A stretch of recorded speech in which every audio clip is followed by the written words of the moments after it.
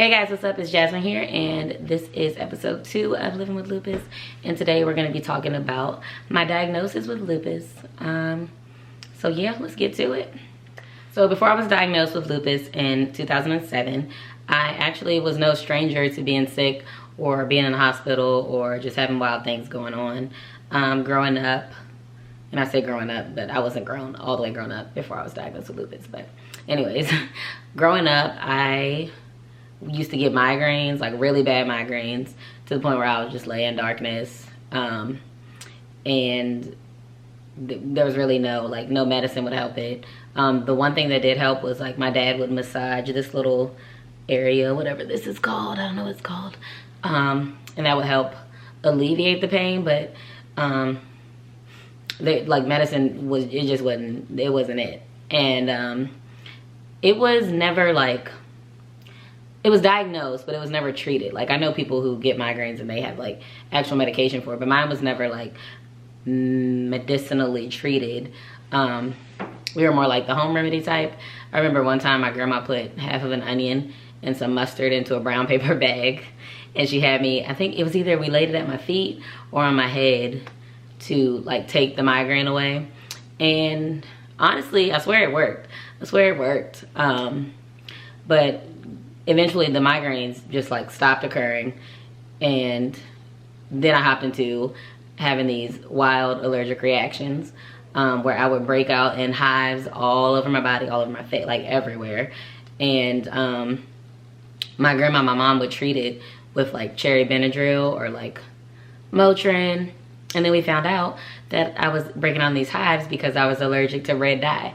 So I couldn't have ketchup, I couldn't have barbecue sauce, I couldn't have like candy with red dye in it. It was wild, but I was still getting into it because those are my favorite things. And that's another one that I kind of grew out of. So a lot of like things that I went through, it's like there's like phases, like, oh, you have migraines, that just goes away. Here's allergies, that just goes away. And then that led into the disease that I was diagnosed with 2 years before I was diagnosed with lupus. So before I get into that, I gotta tell like the backstory. I was born to two 15-year-olds in the country, and so we basically grew up together. Not only did we grow up together, my mom's mother was pregnant with her brother at the same time she was pregnant with me. So I also grew up with my uncle. We're the same age, and giving you guys this little information about him just because he's a part of this story. When I was in 3rd grade, my dad was in the military and he got stationed to Colorado Springs. When we moved to Colorado Springs, my mom got guardianship of my uncle Vaughn, and we basically were raised more like brother and sister than an aunt and uncle relationship. Fast forward to 2005. I think I was in 6th grade. I just started 6th grade. Well, actually this is like winter 2004, like Christmas time. My dad we had moved back to Virginia. We were living with my dad's mom, my grandma. And Christmas of 2004, my dad bought Vaughn, my uncle, a motorcycle for Christmas. And it wasn't one of those like, we were 12. No, we weren't 12. We were 10.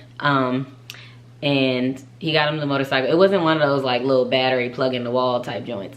It was one where you like, I think we were putting like gas in it. Like it was, and you could go up to like 65 miles per hour. At that time, I was a tomboy. I was the girl wearing like baggy jeans, Timbs, basketball jerseys, football jerseys. That was me. I had matching Jordans for every jersey I had. I think my parents wanted a boy. There was a lot of Tommy Hilfiger turtlenecks, straight back cornrows. Sometimes my mom would put designs in there, like little basketball cornrows. They wanted a boy. But I was a tomboy. I used to play video games. Always want to be outside, roughing it up with the guys. Sneaking off into the woods with Vaughn and his friends to shoot squirrels with BB guns. Just doing things that I would never do now, because I think I'm not a tomboy anymore. I might dress a little bit like a tomboy because I like baggy stuff. I don't like really tight clothes, but in all other elements, I'm really girly. I don't like to get dirty. I don't like to be, you know, get rough. Like, no thanks. Anyways, at that time I was a tomboy, so when this motorcycle came in on Christmas, it was like it was both of ours, because I was like, I'm getting out there, I'm burning rubber. So at my grandma's house, she had like a paved road that we lived down, and so we would ride the motorcycle all the time up and down the road. You know, I was, you know, I thought I was like some type of, what was that movie on Disney? Motocross. Motocross was out around that time, I think, or it was a movie I had seen by then.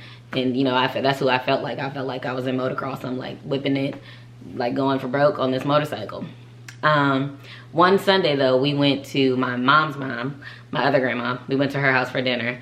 And her road is like a gravel road, but we took the motorcycle with us because we were like, oh, you know, the rest of the kids ain't seen it, my cousins hadn't seen it. We were like, we gonna go there and ride. So we go there to ride. We eat dinner, whatever. We go outside and ride afterwards.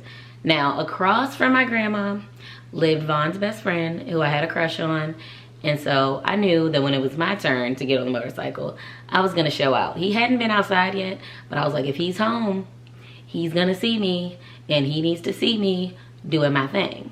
So I got on there, and I'm literally like, I'm flying on this bike. And the bike had like, the motorcycle had like these little foot stand type things. I'm not gonna call them kickstands. I don't even know if you call them stand. Like, you would put your feet up on them, because of course the gas was in like the handles. You put your feet up on it. So as I'm you know, I'm ripping and running, I'm on like lap 3.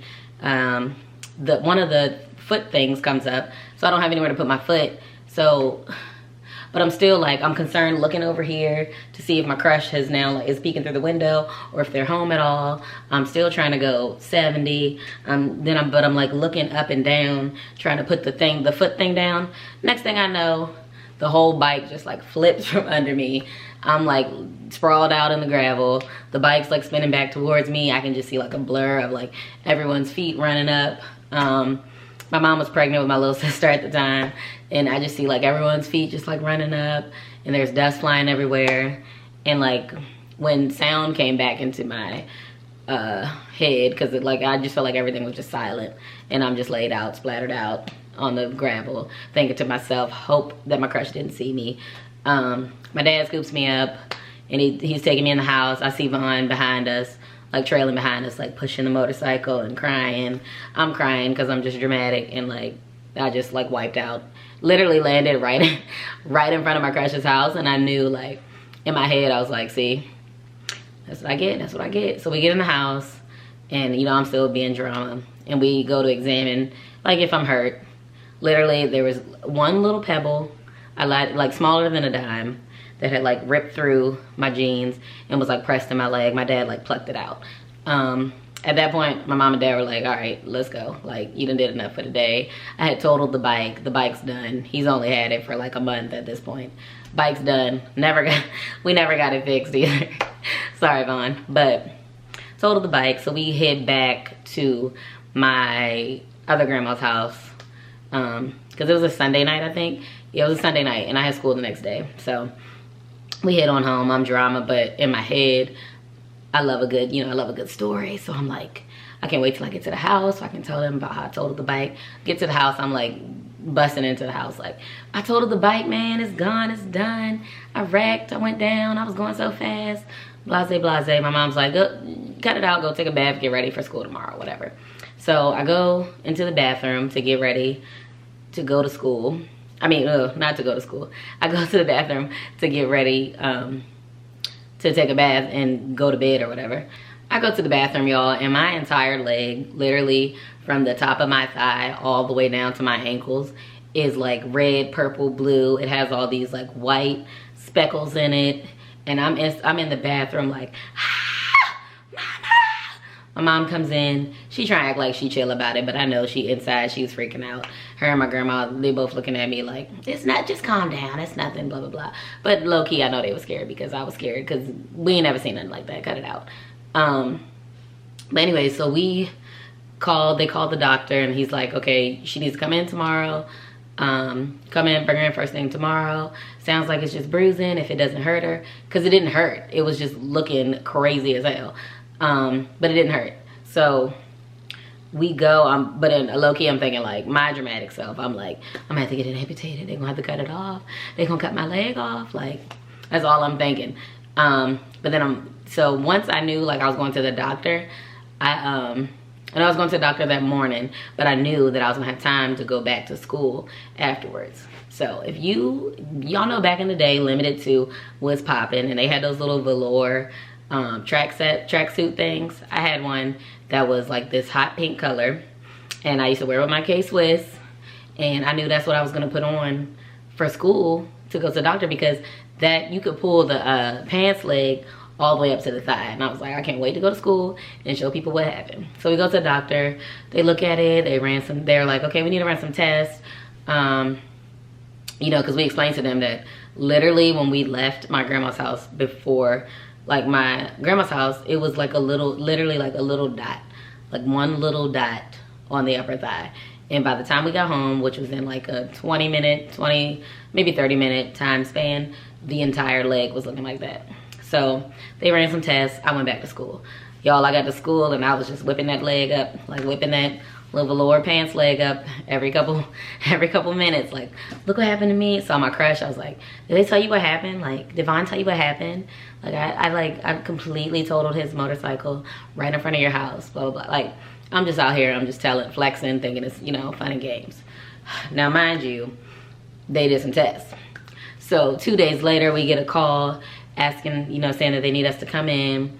Somehow that escalated to me being at Children's National Medical, which was not my normal doctor.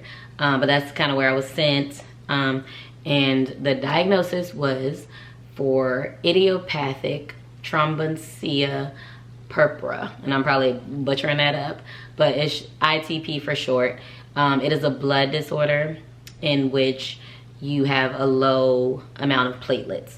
Platelets kind of help protect your body from like injury or impact. Like if someone punches you or you get a paper cut, the platelets pull to that paper cut to prevent it from bleeding too much, or from, you know, bruising too much. Someone punch you in the face, your platelets are gonna gather there to kind of heal up that area some. I mean, of course you're gonna bruise if somebody punch you in the face, but the platelets help to like lessen that bruising. With ITP, you have a low platelet count. And so any type of pressured, like literally someone could have like gripped my arm up like that and I would have a hand mark grip on my arm. So I was diagnosed with ITP in January of 2005. And from there, it was just a lot. It was a lot. So from that day on though, I never had to go to gym again because I was too prone to injury.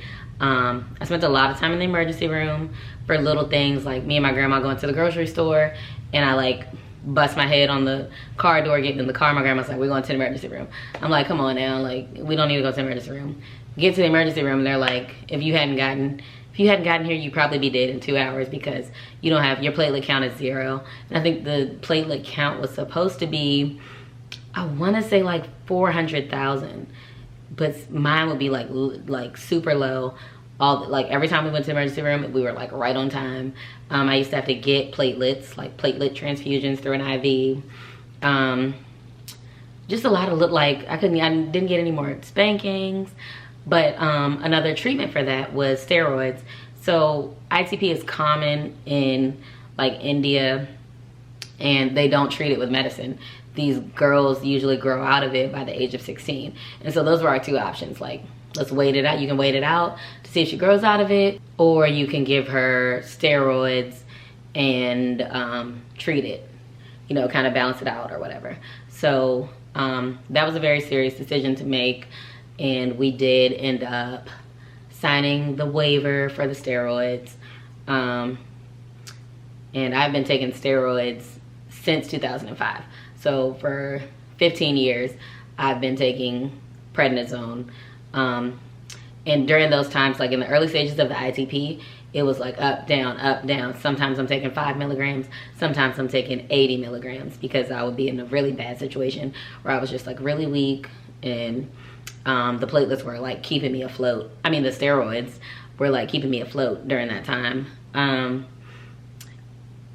With that, came some serious weight gain. So like 6th grade, I was like, you know, slim, whatever. And then like by 8th grade, I was like a little blowfish. I remember, it's not even funny, but in one time in science class in 6th grade, like after I was diagnosed, I had been on the steroids for a little bit. The science teacher had asked a question, and you know, everybody was answering, they didn't know the answer. And I was a nerd. I admit to that, I was a nerd. And so I answered the question, got it right, and then someone in the back of the class was like, shut up, Jasmine, that's why you need Slim Fast.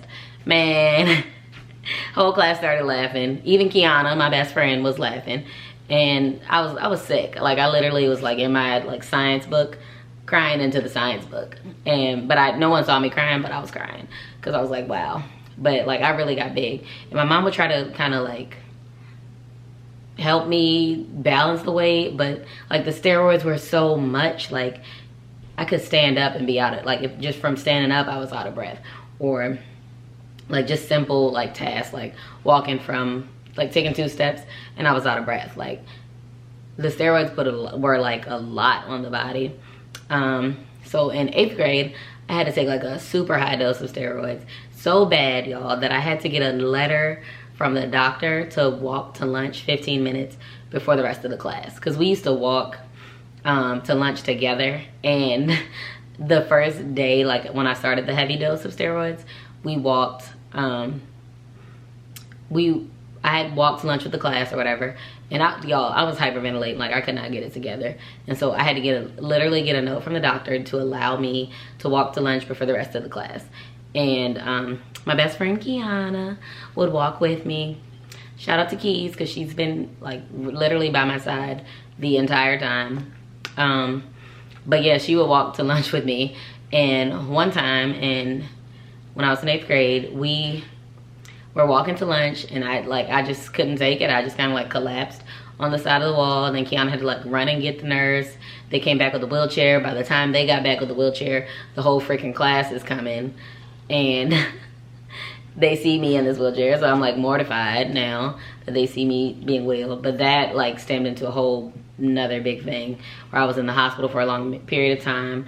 I had to go into, I think it's called a 504 plan or some type of plan with the school, because I was missing so much. I was in the hospital all the time, so I was missing so much school. So I had to get like, I did like lesson plans at home. It was just a lot. It was a lot. Yeah, it was a lot, man. It was a lot. It was wild. So, and that kind of like started up that whole situation. And then leading up into when I was diagnosed with lupus, it seemed like the ITP kind of just disappeared. It was like, you know, almost like the devil was like, okay, that didn't work. Let's try this one. Let's do this one. Just took a little book off the shelf and just like mix that in. A spice, took a little spice off the shelf. It's like, let's just put that, let's sprinkle a little bit of that in there, because the ITP didn't quite cut it. After 8th grade graduation, I don't remember going through like any more like super serious ITP symptoms, ITP related symptoms, until fast forward to like January 2007 is when I started having problems again. You know what, I'm actually gonna cut the video here and do a part 2 where I talk about the actual lupus diagnosis. So yeah, stay tuned for Friday's video, and I'm gonna tell you guys about the day that I was diagnosed with lupus. Ooh, watch me do it. Hey, get into it. Look at my hair. I don't even want to talk about this. Like, yeah, my face, a little piece of hair just hanging out. The hair is a mess. It got to come out because I ain't gonna have no edges by the time I'm done.